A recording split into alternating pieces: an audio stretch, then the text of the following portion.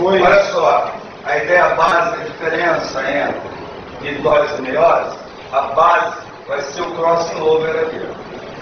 Então a gente não pode abrir mão dessa primeira etapa chamada crossing. Então uma coisa a gente não pode esquecer. O objetivo do crossing é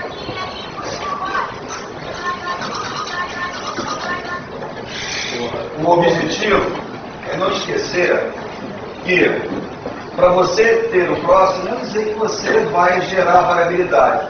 O objetivo é aumentar a variabilidade, que é o grande objetivo. Porque só em você já ter a separação para a formação de granito, você, obviamente, tem capacidade de realizar essa variabilidade, correto? Então, olha só, presta atenção, porque a gente aqui não pode dar mole em uma situação como essa.